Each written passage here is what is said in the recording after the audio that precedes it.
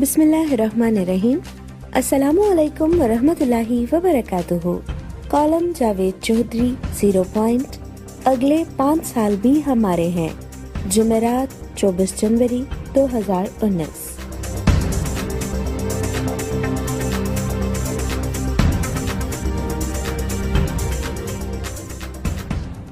ہم نہ صرف یہ 5 سال پورے کر لیں گے بلکہ ہم اگلے 5 سال بھی لے لیں گے۔ ان کے لہجے میں یقین تھا۔ میں ان کے یقین پر حیران رہ گیا کیونکہ مجھے یہ لوگ مارچ کا مہینہ نکالتے بھی نظر نہیں آ رہے۔ میں نے ڈرتے ڈرتے عرض کیا، لیکن جناب حالات بہت خراب ہیں۔ بیوروکریسی کام نہیں کر رہی، ترقیاتی کام بند ہو چکے ہیں، مارکیٹ کا بھٹا بیٹھ گیا ہے، معیشت کا پہیہ رک گیا ہے، ڈالر کے پاؤں میں ابھی تک استحکام نہیں آیا۔ آپ 5.5 ماہ میں دوسرا بجٹ لے آئے ہیں۔ نیسلے پاکستان میں خوراک کی سب سے بڑی کمپنی ہے۔ یہ 32 سال میں پہلی بار مندی کا شکار ہے۔ نیسلے 80% مشینری درآمد کرتی ہے۔ ڈالر کے عدم استحکام کی وجہ سے یہ تمام درآمدات 20% مہنگی ہو چکی ہے۔ باقی کمپنیوں کی طرح نیسلے کو بھی دودھ میں گھاٹا پڑ رہا ہے۔ یہ مہنگا دودھ خرید کر سستا بیچ رہی ہے۔ نیسلے اگر دودھ کی قیمت بڑھاتی ہے تو لوگ کھلے دودھ کی طرف چلے جائیں گے اور یوں مارکیٹ کمپنی کے ہاتھ سے نکل جائے گی۔ چنانچہ کمپنی مسلسل نقصان برداشت کر رہی ہے۔ کمپنی کے ملازمین بھی اس صورتحال سے پریشان ہیں۔ یونیلیور اور شل کے حالات بھی خراب ہو رہے ہیں، لیکن آپ فرما رہے ہیں یہ 5 سال بھی آپ کے ہیں اور اگلے 5 سال بھی۔ وہ میری گفتگو کے دوران مسلسل مسکراتے رہے۔ میں خاموش ہوا تو وہ بولے، آپ کو بہت جلد میری باتوں پر یقین آ جائے گا۔ میں تھوڑا سا تپ گیا اور میں نے ان سے عرض کیا، جناب ملک چلانے کے لیے 1-2 صنعتیں کافی ہوتی ہیں۔ حکومت 1, 2 یا 3 صنعتوں کی حوصلہ افزائی کرتی ہے۔ یہ صنعتیں مدھانی کی طرح پورے معاشرے کو بلونا شروع کر دیتی ہیں۔ پیسہ سرکولیٹ ہوتا ہے، یہ ہر شخص تک پہنچتا ہے اور لوگ خوشحال اور مطمئن زندگی گزارنے لگتے ہیں۔ مثلاً آپ جنرل پرویز مشرف کے دور کو لے لیجئے۔ شوکت عزیز نے ملک میں ٹیلی کام انڈسٹری اور الیکٹرانک میڈیا کو کام کرنے کا موقع دیا۔ یہ دونوں انڈسٹریز آئیں، اربوں ڈالر پمپ ہوئے، ایک نئی خوشحال کلاس پیدا ہوئی اور اس خوشحال کلاس نے لاکھوں لوگوں کے چولہے جلا دیے۔ پاکستان پیپلز پارٹی کی حکومت میں ریئل اسٹیٹ کی انڈسٹری پیدا ہوئی۔ کنسٹرکشن دنیا بھر میں مدر انڈسٹری کہلاتی ہے۔ ایک گھر میں اینٹ سے لے کر لائٹ تک 1000 مصنوعات استعمال ہوتی ہیں۔ یہ 1000 مصنوعات 60 انڈسٹریز پیدا کرتی ہیں۔ گویا آپ اگر صرف ریئل اسٹیٹ یا کنسٹرکشن انڈسٹری کا پہیہ چلا دیں تو یہ 60 صنعتوں کو ایکٹیو کر دے گی۔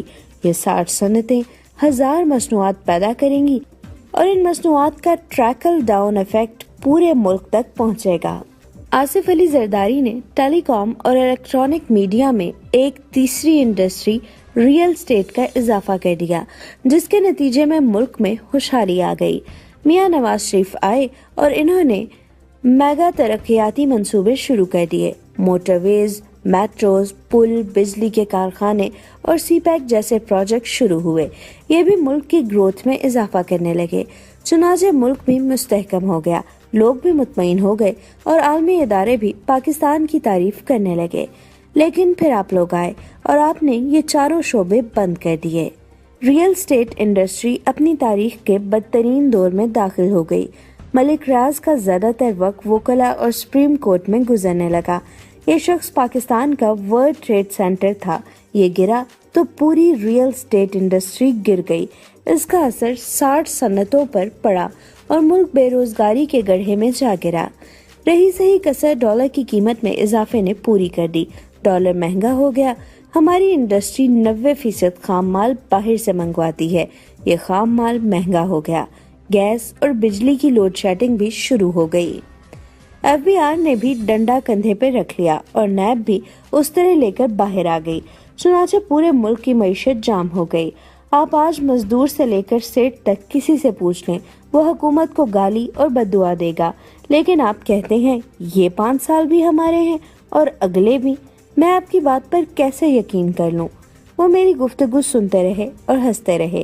میں خاموش ہوا تو وہ بولے، इमरान खान ने अभी अपने कार्ड शो नहीं किए।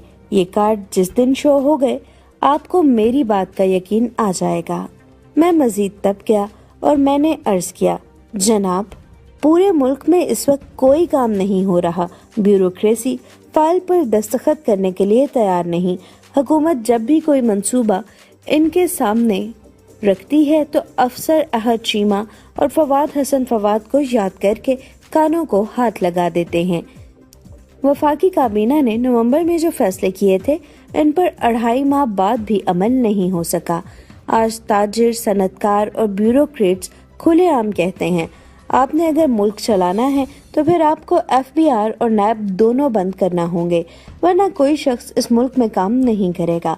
हुकूमत की हालत ये है, इसने 5 माह में 2240 अरब रुपए का कर्जा ले लिया।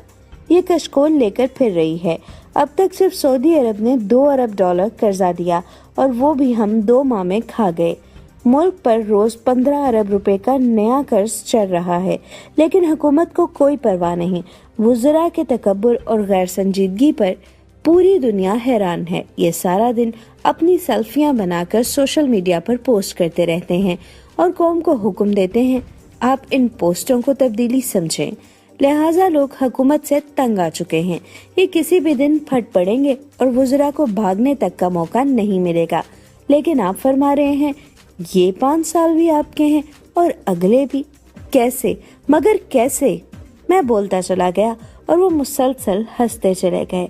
मैं खामोश हुआ तो वो बोले, तुम्हें बहुत जल्द मेरी बात का यकीन आ जाएगा। मैंने गुस्से से इनकी तरफ देखा और फिर अर्ज किया, जनाब आप अपनी नालायकी, नातजर्बाकारी और तकब्बुर के जरिए पूरे मुल्क को ढलान पे ले आए हैं। ये अब तेजी से नीचे गिर रहा है। लोगों को अब मियां नवाज शरीफ और आसिफ अली जरदारी अच्छे लगने लगे हैं। आपके बयानात अदलिया और नैब दोनों को मुतनाज़ा बना चुके हैं। आप साहिवाल के वाक़े को देख लीजिए, ये मुल्क अब गवर्नेबल नहीं रहा। आपने अगर 1 साल पूरा कर लिया तो मुल्क में खुराक के लिए फसादात शुरू हो जाएंगे। लोग नैब, अदलिया और इस्टेब्लिशमेंट के खिलाफ नारे लगाने लगेंगे, लेकिन आप इसके साथ साथ अगली बारी पर भी नजरें जमा कर बैठे हैं। कैसे? वो मुस्कुराए और मेरा हाथ दबाकर बोले, मैंने सब्र के साथ आपकी गुफ्तगू सुन ली, आप अब मेरी बात भी सुन लें। इमरान खान 6 माह में army chief general Qamar Javed Bajwa को एक्सटेंशन दे देंगे। ये नवंबर 2019 में रिटायर हो रहे हैं। ये एक्सटेंशन के बाद नवंबर 2022 तक बड़ी फौज के सरबराह रहेंगे। इमरान खान इनके साथ बहुत कंफर्टेबल हैं। जनरल बाजवा क्रिकेट को बहुत पसंद करते हैं। ये इमरान खान को भी हीरो समझते हैं। ये अपने हीरो को कभी जीरो नहीं होने देंगे। मुल्क में पहली बार सिविल और मिलिट्री दोनों एक पेज पर हैं। ये दोनों बैक वक्त एक सिमत में आगे बढ़ रहे हैं। ये इत्तेहाद और ये इत्तेफाक मुल्क को पटरी पर ले आएगा। वो सांस लेने के लिए रुके तो मैंने जल्दी से सवाल दाग दिया, लेकिन जहाँ तक मेरा ख्याल है जनरल बाजवा जनरल क़यानी जैसी गलती नहीं करेंगे। ये एक्सटेंशन लेकर मुखालिफिन को हम ना कहते थे जैसा प्रोपेगेंडा नहीं करने देंगे। चुनाचे इनके इनकार के साथ ही आपके ख्वाबों का सारा महल भी धड़ाम से गिर जाएगा। इनके चेहरे पर गुस्से के आसार आ गए और वो गर्म लहजे में बोले, वजीर आजम को अगर इनकार का जरा सा भी शक पड़ा तो ये आर्मी चीफ की मुद्दत मुलाजमत को 3 से 4 या 5 साल कर देंगे। इसके बाद इनकार की कोई गुंजाइश नहीं रहेगी। चुनाचे सिविल और मिलिट्री दोनों ताकतें मिलकर मुल्क को चला लेंगी। मैंने इनसे अर्ज किया, लेकिन आप अपोजिशन का क्या करेंगे? मुल्क में पहली बार इतनी मजबूत अपोजिशन आई, ये आपको चलने नहीं देगी। मेरा सवाल सुनकर इन्होंने कहा लगाया और बोले, अपोजिशन का बंदोबस्त हो चुका है। आसिफ अली जरदारी और मियां नवाज शरीफ दोनों रिटायरमेंट ले रहे हैं। ये सियासत को खैरबाद कहकर मुल्क से चले जाएंगे। बिलावल भुट्टो और मियां शहबाज शरीफ इनकी जगह ले लेंगे और हुकूमत को इन दोनों से कोई खतरा नहीं। चुनाचे ये 5 साल भी हमारे हैं और अगले 5 साल भी। मैंने अर्ज किया, लेकिन सर आपकी परफॉर्मेंस, आप अगर परफॉर्म नहीं करेंगे तो लोग आपको अगली बार क्यों वोट देंगे? वो उठे, कमरे का एक चक्कर लगाया और बोले, इंसान बड़ी दिलचस्प चीज है। ये शिकंजे में कसा हो और अगर इस शिकंजे को थोड़ी देर के लिए खोल दिया जाए तो ये शिकंजा बनाने और लगाने वालों को भी दुआएं देने लगता है। हम इलेक्शन से पहले शिकंजा खोल देंगे और वोट ले लेंगे, लिहाजा ये 5 साल भी हमारे हैं और अगले भी। मैंने इनसे हाथ मिलाया और कहा, आप लोग नहीं सुधर सकते, और मैं बाहर आ गया।